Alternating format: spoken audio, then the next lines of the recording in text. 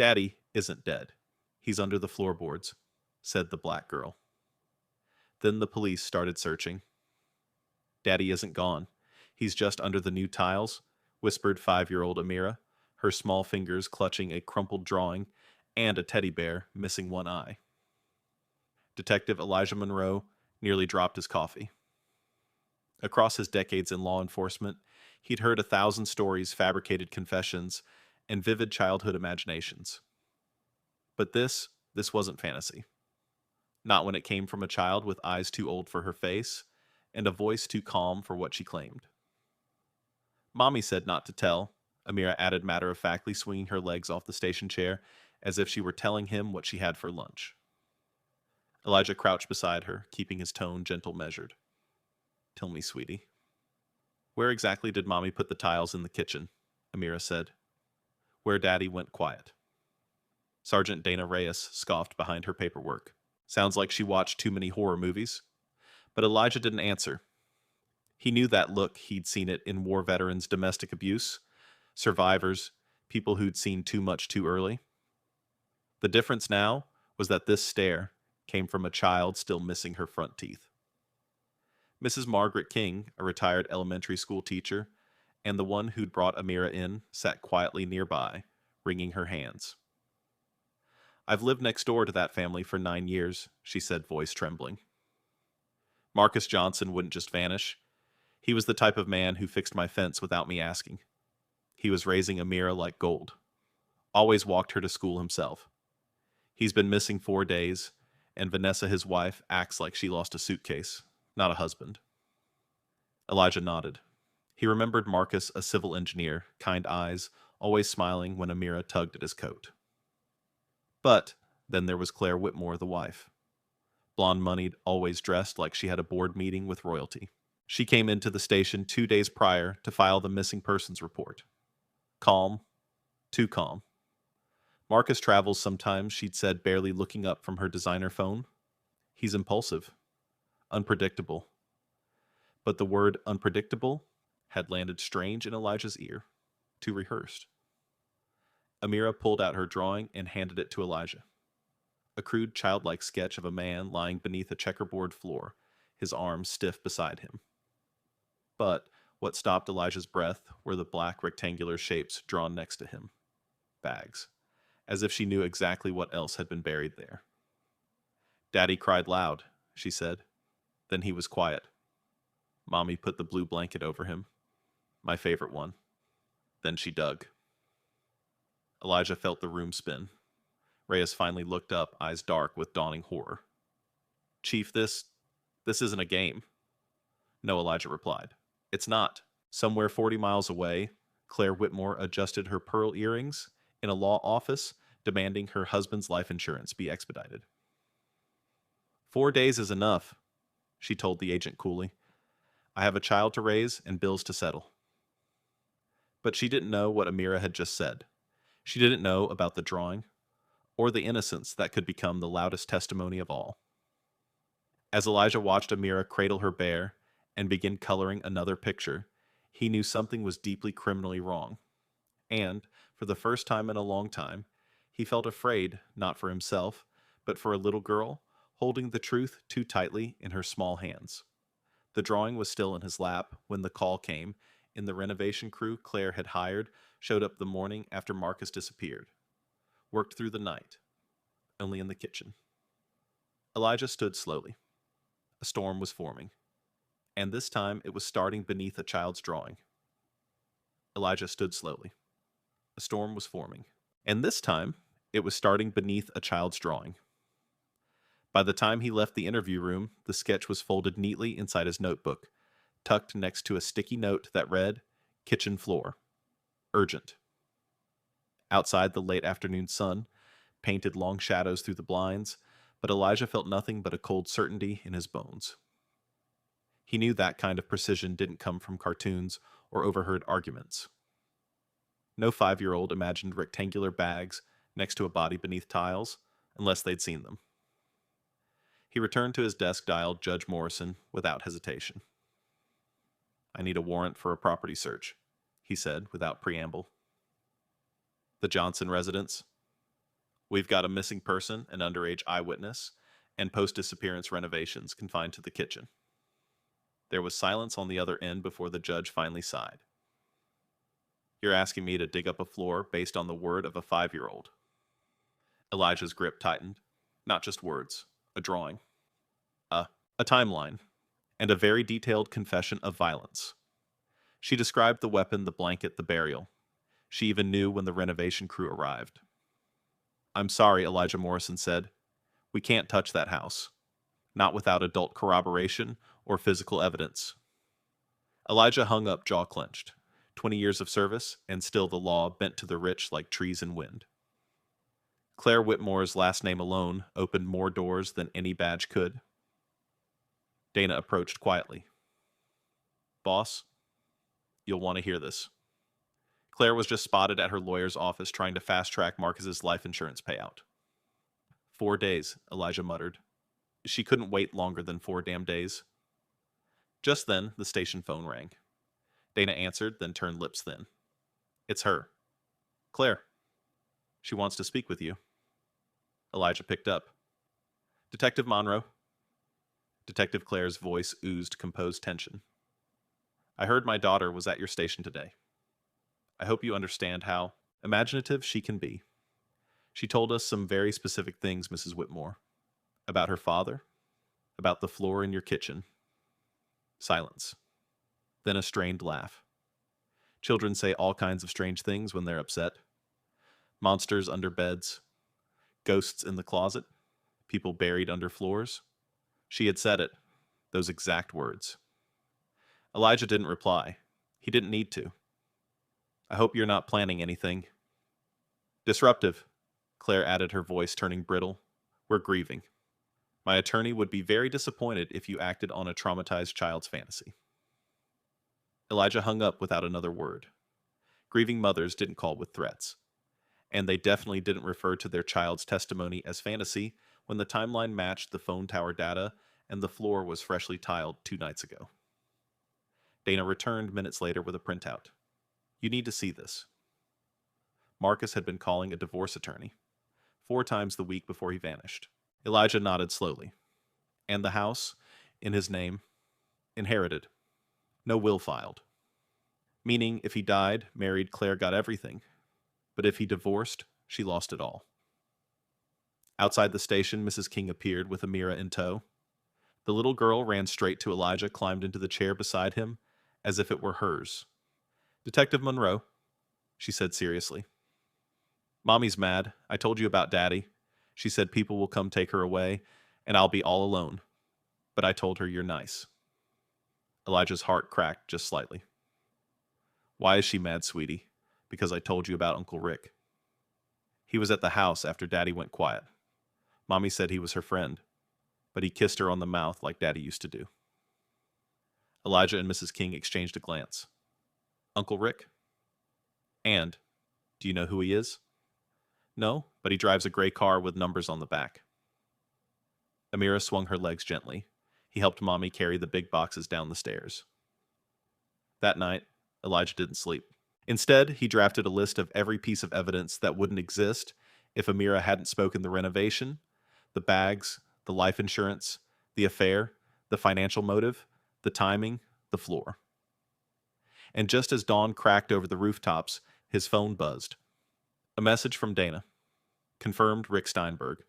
Financial advisor. Co-owns a crypto LLC with Claire. Filed 3 months ago.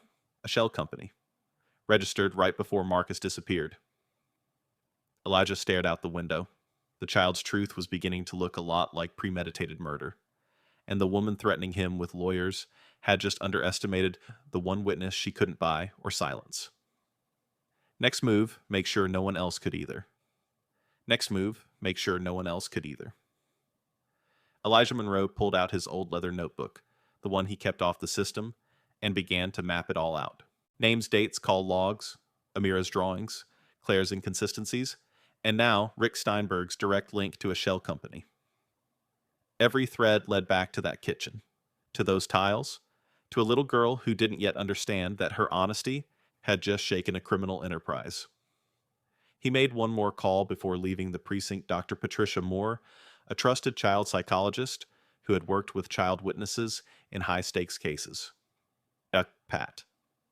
I need a favor, he said. This one's sensitive. A 5-year-old girl with too much truth in her eyes. I need someone who can validate what she saw in a way that'll hold in court. You know children that young rarely get accepted as reliable, Pat replied gently. I do. But this one didn't just witness something. She watched it, lived in it, drew it. She knew the layout of the room, the weapon, the timing, even the man her mother said was just a friend. She described burial steps, not bedtime stories. I need this documented right. And fast. Pat agreed to meet Amira that afternoon. Elijah felt a flicker of hope, but he wasn't naive. Claire was already moving. 2 hours later, Mrs. King called again, voice low and urgent. She's packing Elijah. Claire, 2 big suitcases. And he's with her Uncle Rick. They're loading boxes, heavy ones. Elijah's blood ran cold. Can you get his license plate? Already did. Wrote it down. I've got 70 years of nosy neighbor practice. Remember, keep distance, Margaret. Just observe. We'll be there soon. At the station, Dana returned with more gold. Phone tower data confirms Marcus's phone was stationary at the house from 10 p.m. to 3 a.m. the night he vanished. Then, silence. Which is exactly when Amira said she heard the fight, Elijah murmured. And guess what else? Dana added, sliding over a file. Richard Steinberg, a.k.a. Uncle Rick, is listed as a co-founder of the Shell crypto company with Claire. And there's more. Bank activity from Marcus's shared accounts shows 3 large transfers before his disappearance. Destination A crypto wallet linked to the Shell. They were siphoning Marcus's money, hiding it, preparing for a clean exit, until he found out. Elijah's stomach turned. They hadn't just silenced a husband, they'd erased a man to cash in on his life.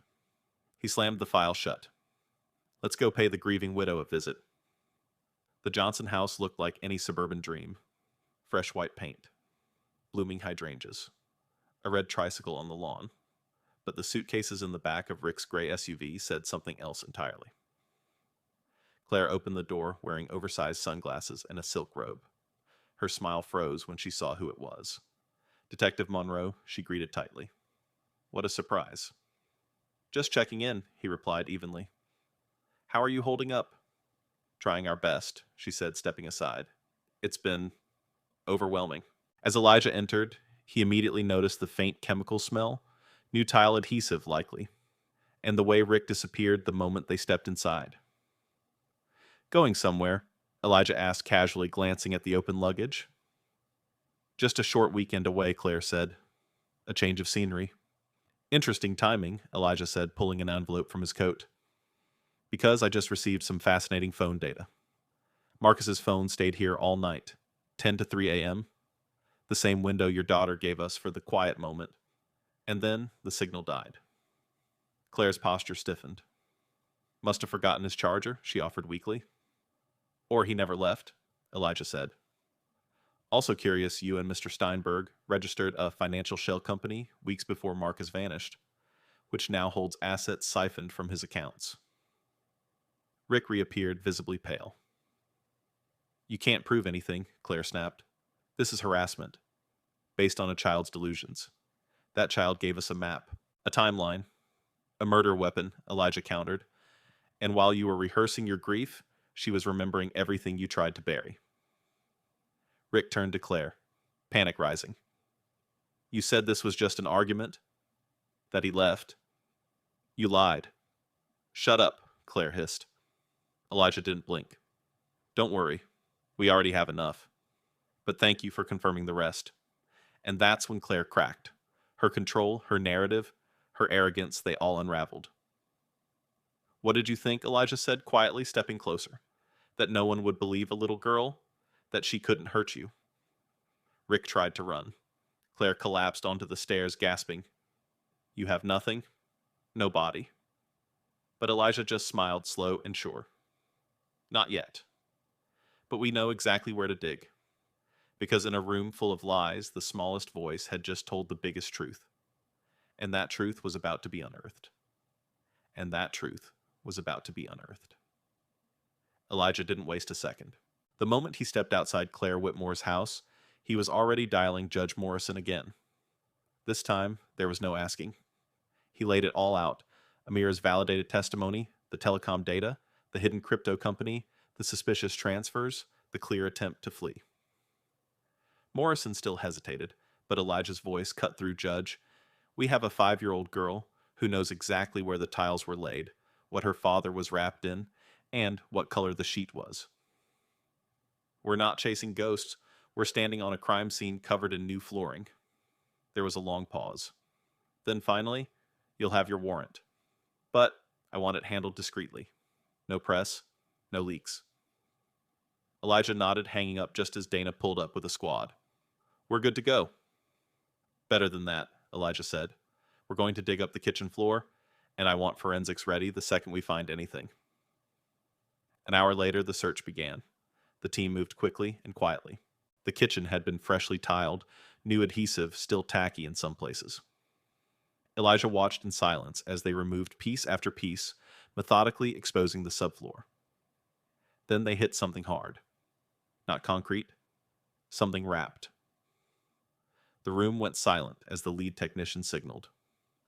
Beneath the checkered vinyl tiles lay a shallow cavity, and inside it, a blue blanket.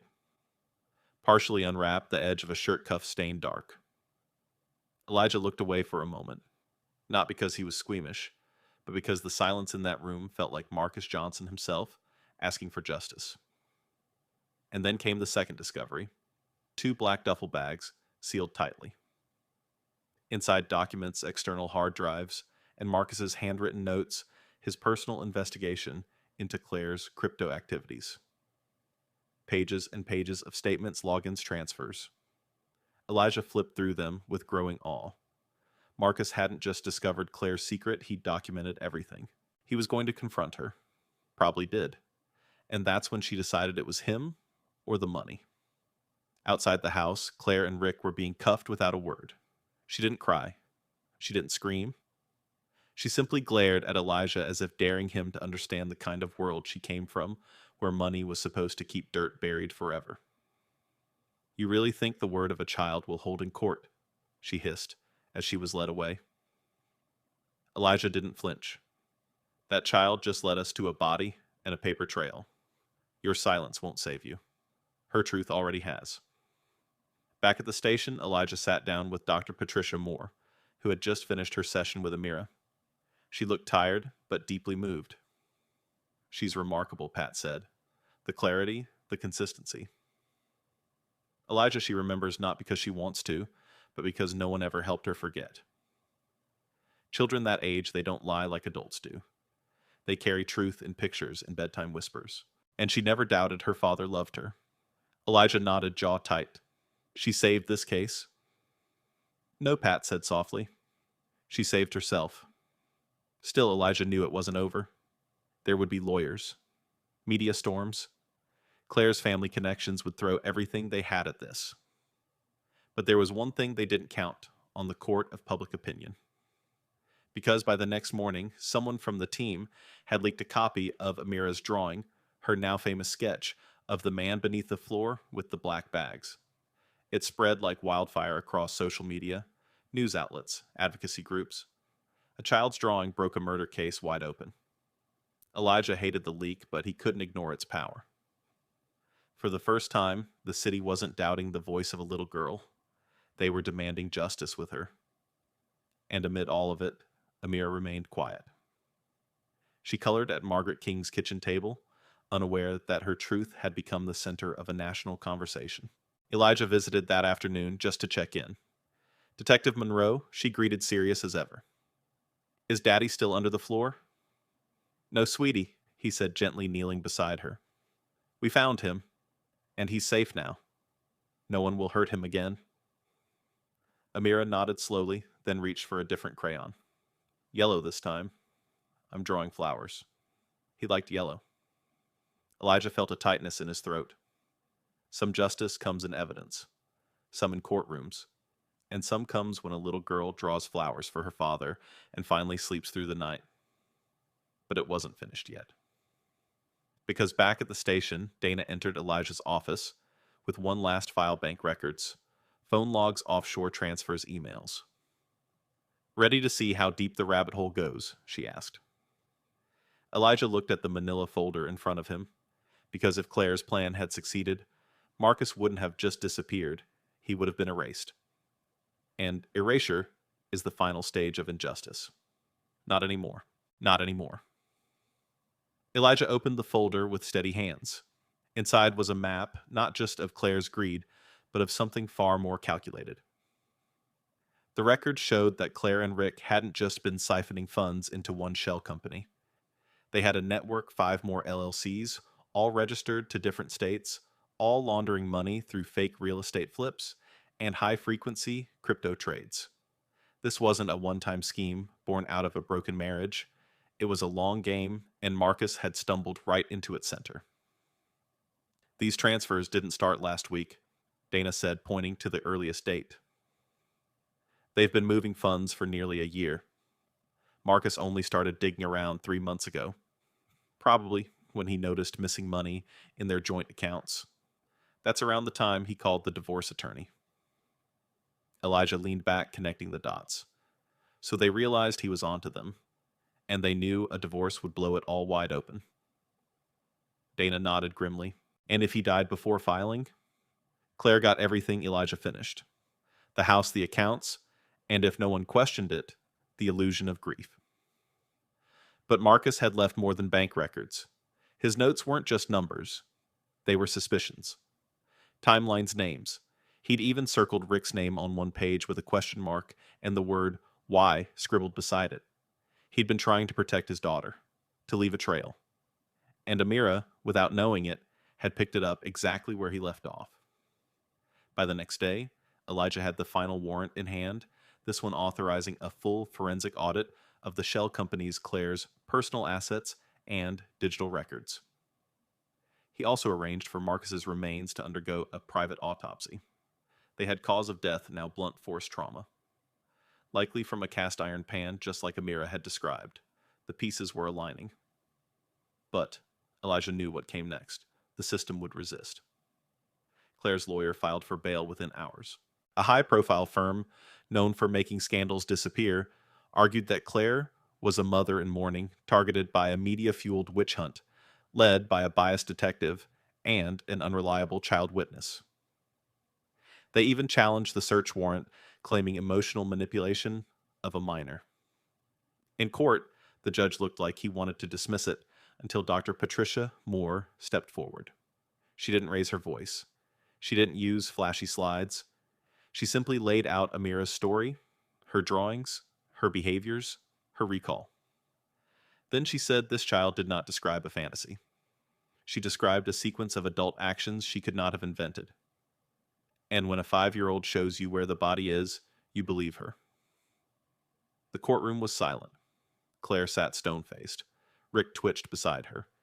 And then came the final blow. The prosecution played Amira's recorded statement. Her small voice unwavering, repeating what she saw. Mommy was yelling. "Daddy said he found something bad. Then she hit him. Then he didn't talk anymore." By the time the statement ended, even the judge looked haunted. Bail was denied. As Elijah walked out of the courthouse, press swarmed, cameras flashing. He kept his head down. This wasn't about headlines. It was about a man who should still be alive. A little girl who should never have had to carry the truth alone. Later that evening, Mrs. King called again. Her voice was softer this time. "She asked me a question today," Margaret said. "Amira." She said, "If I hadn't told about the tiles, would Daddy be lost forever?" Elijah swallowed hard. "What did you say I told her the truth? That she saved him. That her voice mattered." And then in the quiet, Margaret added, "She wants to write him a letter. Can I bring it to you?" "Of course," Elijah replied. "I'll make sure it gets to the grave." The next morning, Margaret arrived at the precinct with a sealed envelope. On the front, in uneven crayon letters, it said, "To Daddy from Amira. Don't be cold anymore." Elijah placed it in his coat pocket. That afternoon, he stood at Marcus Johnson's burial site. Fresh earth, no headstone yet. just a temporary marker with his name and dates. He knelt, placed the envelope gently beneath a yellow flower bouquet, Amira's favorite color. Then he whispered, "Your daughter kept you alive, Marcus, and now she's safe." But as he stood to leave, his phone buzzed again. A new report. Forensic techs had cracked one of the hard drives from the black bags under the floor. Inside were videos, screen recordings of conversations between Claire and Rick.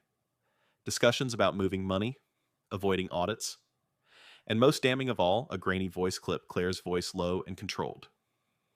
"If he leaves me, we lose everything. If he stays, I lose control. So no, I won't let him walk away. Not after what I built." Elijah stared at the audio file, the evidence Marcus had hidden for the world to find. And he realized the story wasn't just about money or murder. It was about erasure of a man, a marriage, and a memory. But thanks to a brave child, none of that would be forgotten. Not now, not ever. Not now, not ever. Elijah replayed the audio file again, letting the words seep into his thoughts like poison he had to trace back to its source. Claire's voice so calm and composed, confessing not just motive, but intent. It wasn't heat of the moment. It was strategic. Cold. A calculation made by a woman who saw love, loyalty, even fatherhood as disposable when it clashed with power. This clip, embedded deep within the files Marcus had hidden under his own body, was the final nail.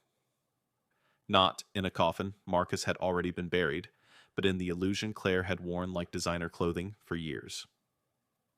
He immediately forwarded the file to the district attorney, marking it urgent, primary evidence. Within the hour, the DA called back personally. "This is it, Monroe," she said, breathless. "We're going for first-degree premeditated. We'll try Rick as a co-conspirator. You just turned a tight case into an airtight one." But Elijah didn't celebrate. Not yet. Because in the midst of justice, there was still trauma. Amira had spoken her truth, but truth was never light. It carried weight, and he could feel it pulling at her, even from a distance.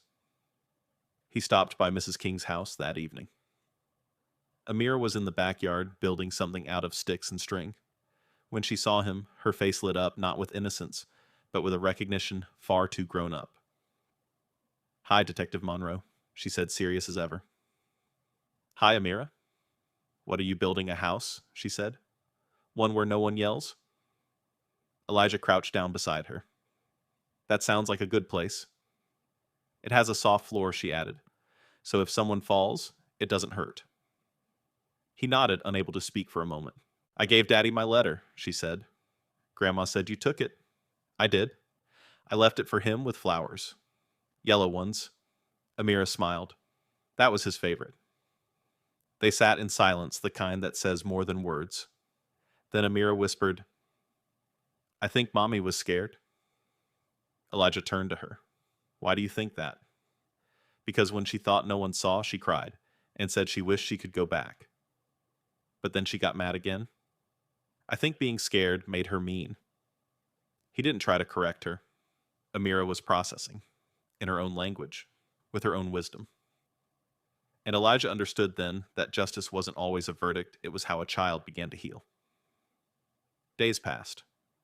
Claire and Rick were officially indicted. The recordings, Marcus's notes, and the physical evidence made the case nearly unassailable. Still, her legal team fought hard, attacking Amira's testimony, the legitimacy of the search, even Elijah's role in influencing a minor.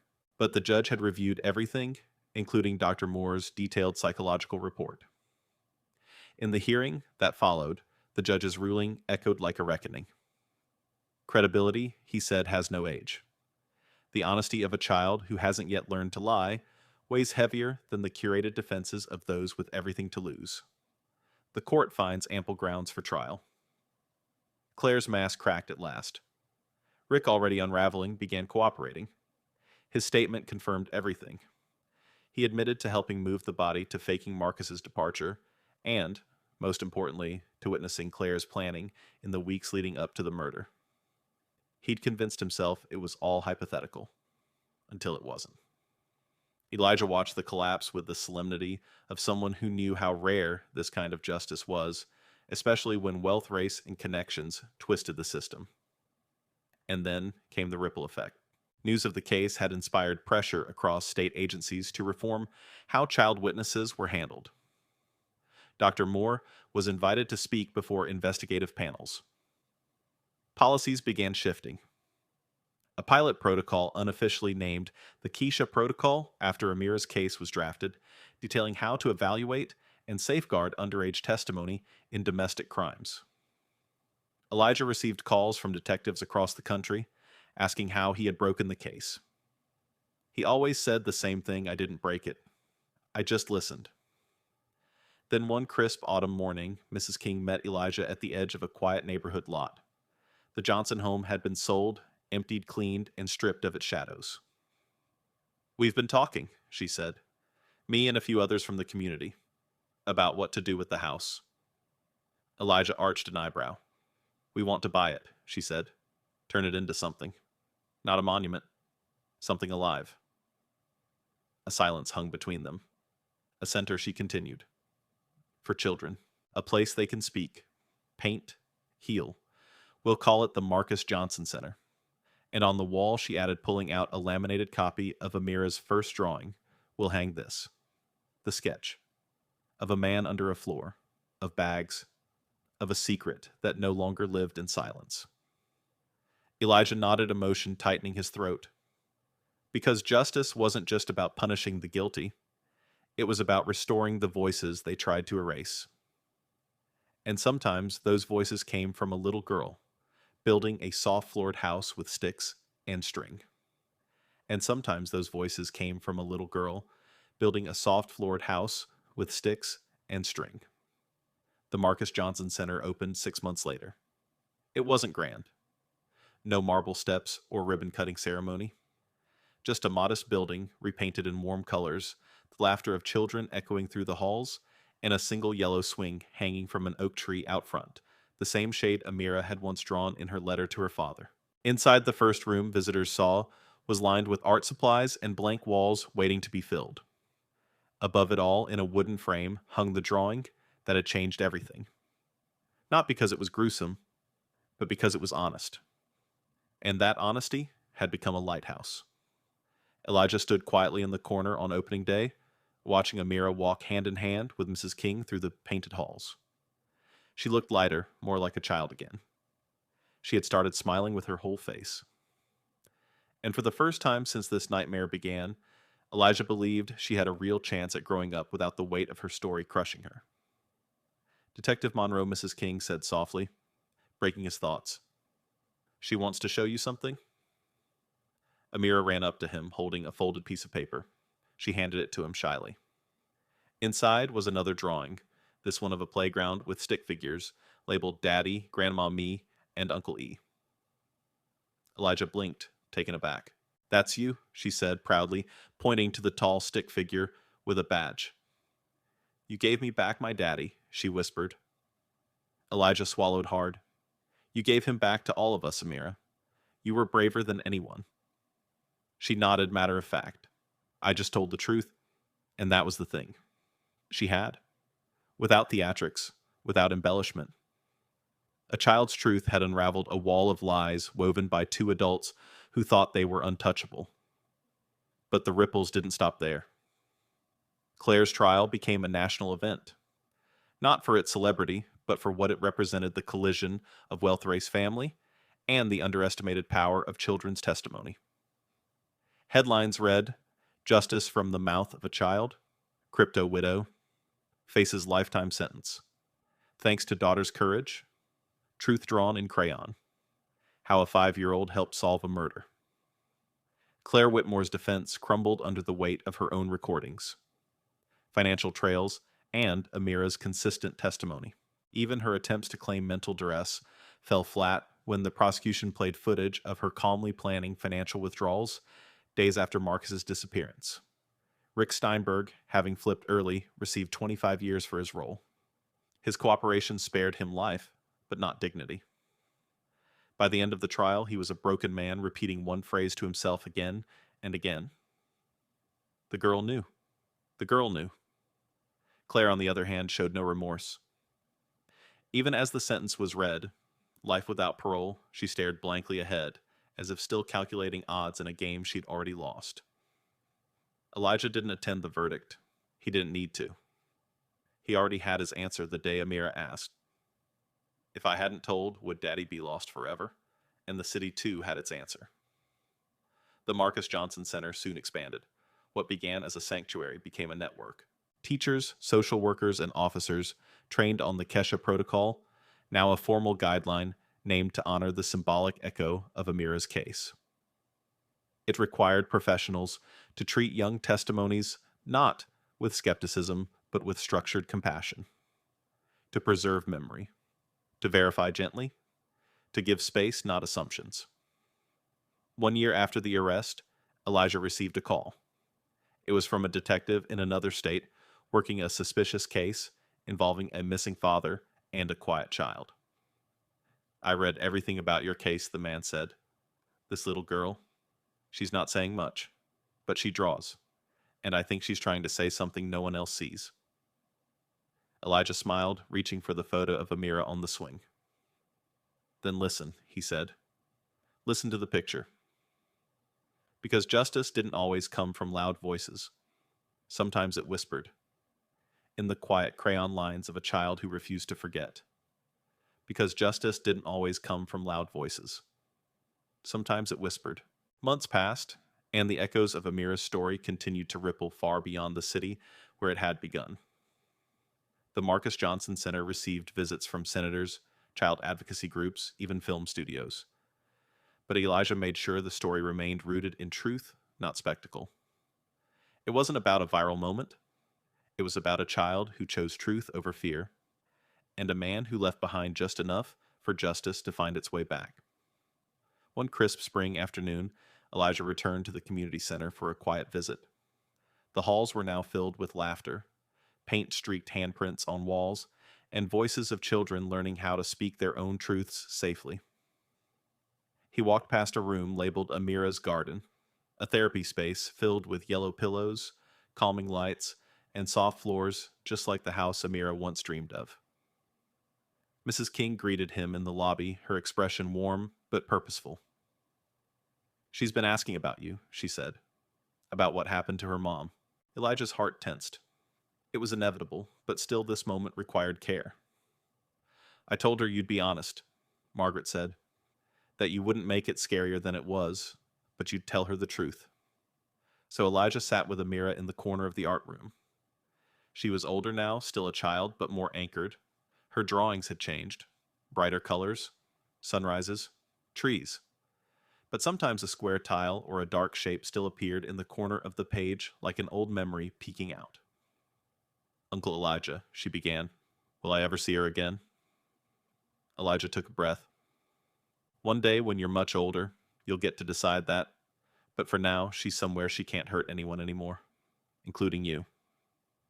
Amira nodded slowly, then said, I don't hate her, but I don't want to go back. You don't have to, Elijah assured her. You're safe now, and loved. She didn't cry. Instead, she reached for a yellow marker and drew a sun with long rays. At the center, she wrote, hope. That single word became a new symbol, one that replaced fear, erased silence. Later that night, Elijah returned to his office, the quiet hum of the precinct surrounding him. A package waited on his desk. Inside a framed photo of the first team of therapists, trained under the Kesha Protocol, now operating in 6 states. Alongside it was a letter from Dr. Patricia Moore. It read, We used to believe children couldn't testify, that their memories were too fragile. But maybe we were wrong. Maybe truth, when protected, becomes their greatest strength. Below her signature was a line in Amira's handwriting. Thank you for believing me. Elijah sat back, letting that truth settle deep. The case had changed him not just as a detective, but as a man. He thought back to the first time he saw Amira Legs, swinging, holding a worn teddy bear, and whispering a sentence that changed everything. Daddy's under the tiles, where Mommy put the new floor. It had sounded like a fairy tale gone wrong, but it was the beginning of a reckoning. And now her voice had reshaped the justice system. One last letter arrived a few weeks later, from Richard Steinberg, now confined to a psychiatric ward after repeated episodes of paranoia. It was short, scrawled in uneven handwriting. She saw everything. The girl knew. I didn't believe her eyes could see that much, but they did. Elijah folded the letter, tucked it into his drawer, without comment. Because some truths didn't need to be echoed. They had already done their job. And finally, on the 1-year anniversary of Marcus Johnson's burial, Elijah returned to the cemetery with Mrs. King and Amira. She wore a yellow dress and carried a single sunflower. They stood quietly at the grave, now marked with a stone that read, Marcus J. Johnson, beloved father, honest man, not forgotten. Amira placed her flower down and whispered, You're warm now, Daddy. Elijah knelt beside her. You helped the whole world know who he really was. She looked up at him with that same ancient wisdom she had always carried. I just didn't want him to be gone forever. And in that moment, Elijah knew he wasn't. Marcus had been buried, yes, but forgotten never. Because a child's love, paired with the truth, had the power to move mountains, lift floors, and bring justice not with anger, but with quiet, unstoppable light. And sometimes that's all it takes to change the world.